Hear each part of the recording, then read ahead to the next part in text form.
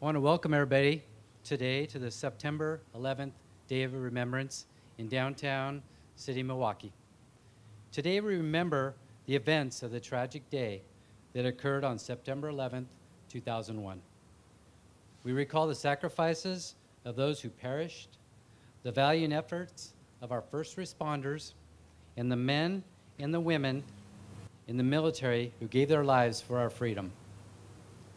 We want to recognize two special sponsors of this event: the Clackamas County Department of Social Services and the Clackamas County Department of Behavioral Health. These two organizations offer their services to veterans, first responders, and citizens in need. Our duty to the veteran men and women who have so valiantly served us does not simply end with discharge papers. We value and support these men and women and have a duty to support them. We want to thank these two agencies for their service in taking care of the people who have served and who protect us. And now I would like to introduce Senior Master Sergeant Denise Phillips of the Oregon Air Guard, who will lead us in the singing America the Beautiful. The words are on the back of your program if you want to follow along. Or even not just follow along, but if you want to sing along, that'd be great.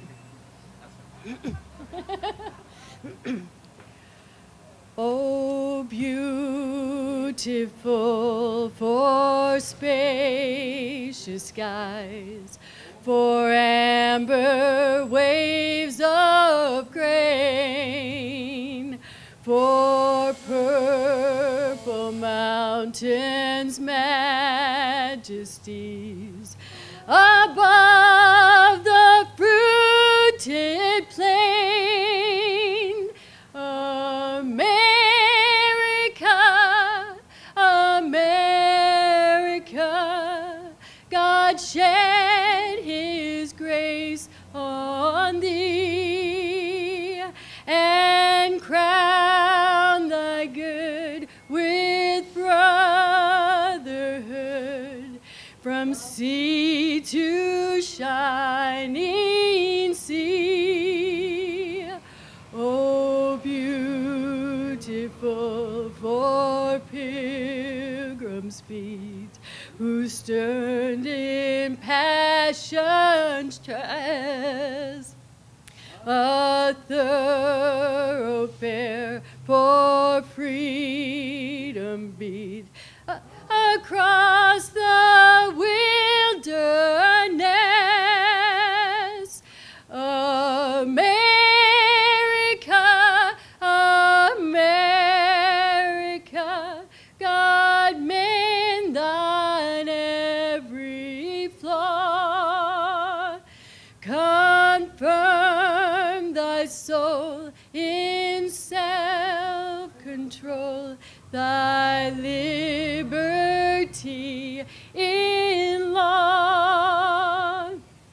Oh, beautiful for heroes proved in liberating strife, who more than self their country loved, and mercy more than life. America, America, may God thy gold refine, till all success be nobleness, and every gain divine.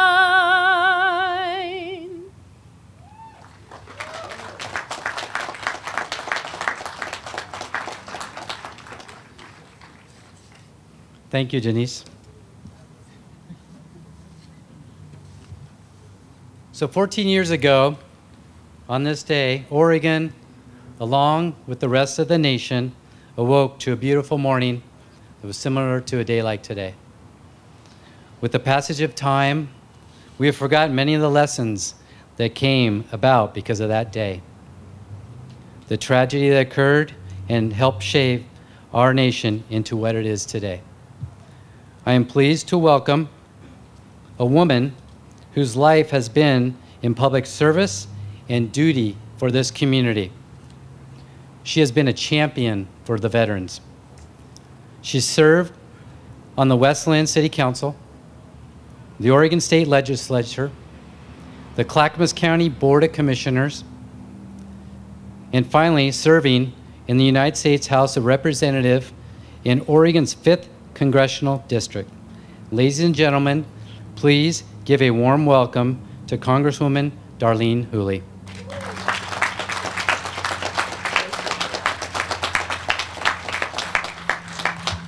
Thank you so much, and thanks for turning out today. This is a day I hope we will never forget what happened 14 years ago.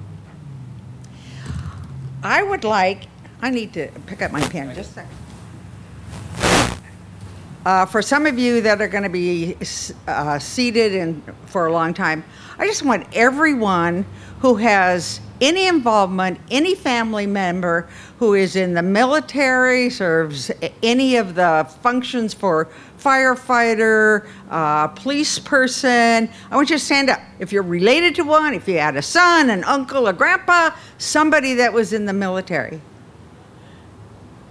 Come on, anybody, relatives, cousins. I want to thank you, because every family member, when their husband or son or daughter or wife serves in the military, for each of those people, they make a sacrifice. They're the ones that keep us safe. And I cannot tell you how much I appreciate your sacrifices you have made having someone in the military. Thank you very much.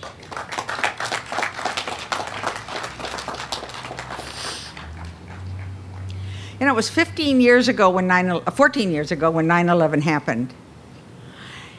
And that's really a day that changed who we are, the kind of country we live in. It really changed everything.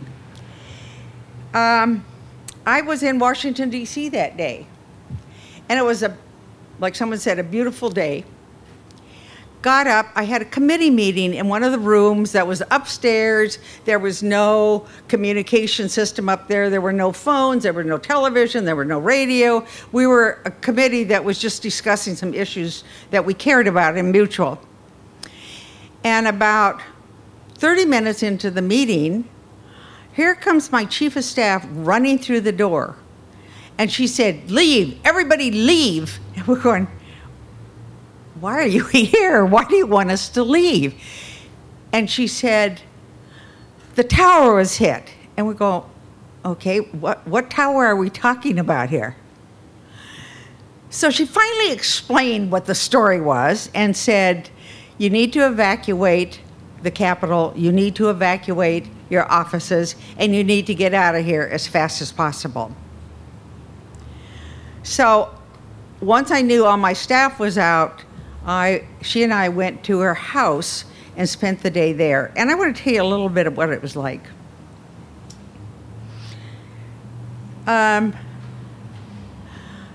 Because we had no communication system between members of Congress or staff or anybody else, we didn't know what was going on. So we had the television. I was at her house, which was far away from where the Capitol was. And what I heard all day long, without stop, were sirens and loud noises, and you didn't know what was happening unless you were watching TV. So what happened to me is I got all these calls from Oregon saying, "What's happening back there?" And I said, "Well, on TV, I've been told that this is what's been happening," because none of us had any communication, any way to communicate with our staff or anyone else.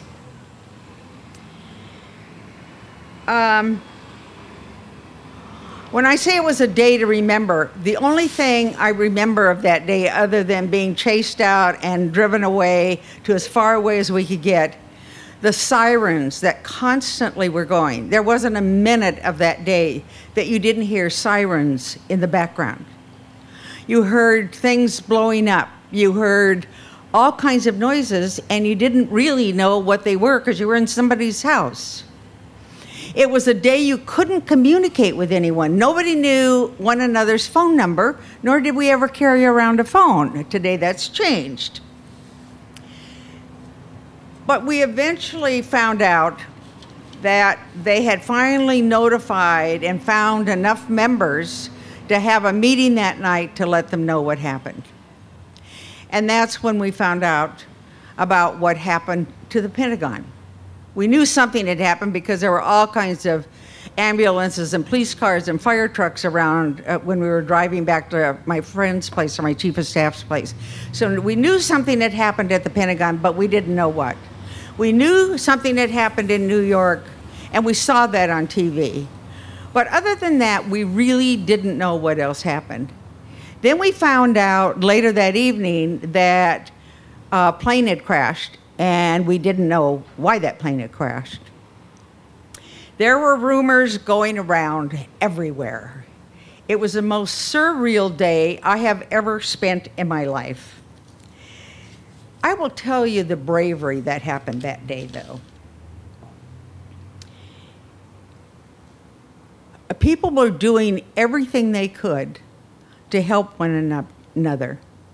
And as you looked at what happened in New York, and the people willing to go into those burning buildings to rescue people, the fire and police department were amazing. The number of military there to make sure that if anyone was injured, they could take care of them. The ship that came in that had its own hospital so they could take care of people that were injured that day. The panic look on people's faces. The bravery, I mean, the plane that was flying that we think was supposed to hit the US Capitol, which is sort of the icon of peace and justice and freedom. That didn't happen. We had 2 planes that actually went up in the air. They didn't have much communication and they didn't have any weapons on board those planes. But when they heard that plane was coming, and it was in Philadelphia or in Pennsylvania at that time, they talked to one another on the 2 planes, and they said, one of us, and they decided which one, will take the wings, and the other one to take the motor or the big engine. They were willing to sacrifice their life. And the people on that plane instead knew they were going to die, and they said, we have a chance to save people where this plane is going. We think it's the White House, or not the White House, but the US Capitol. And so people died on that, and they sacrificed their lives, and they decided there was nothing else that they could do except to fight back, knowing that each one of them would die in that incident.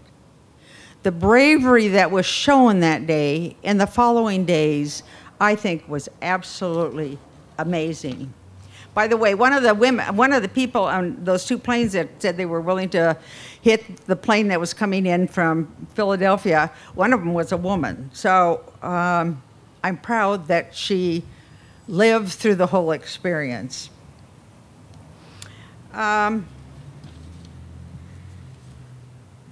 But for a few weeks after this happened, I can't believe how people coalesced and came around and were helpful and whatever they could do. And there was, for a few weeks, worldwide support for the United States. In fact, a headline in the Paris newspaper said, "We are all American now," which is pretty amazing from France.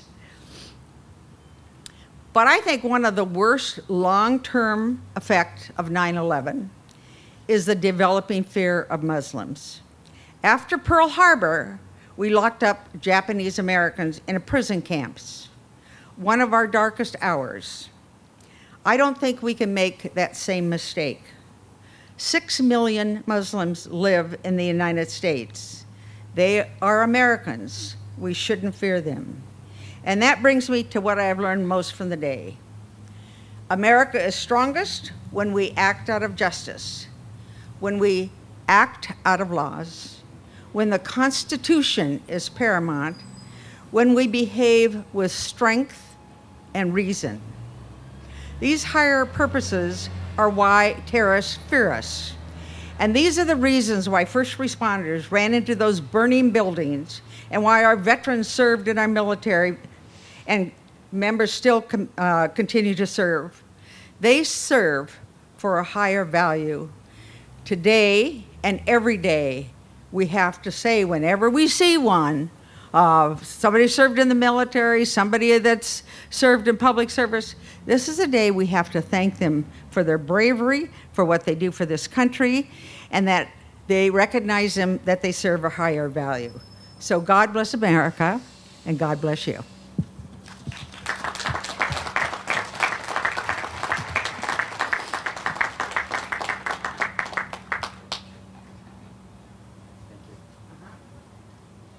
Thank you, Darlene.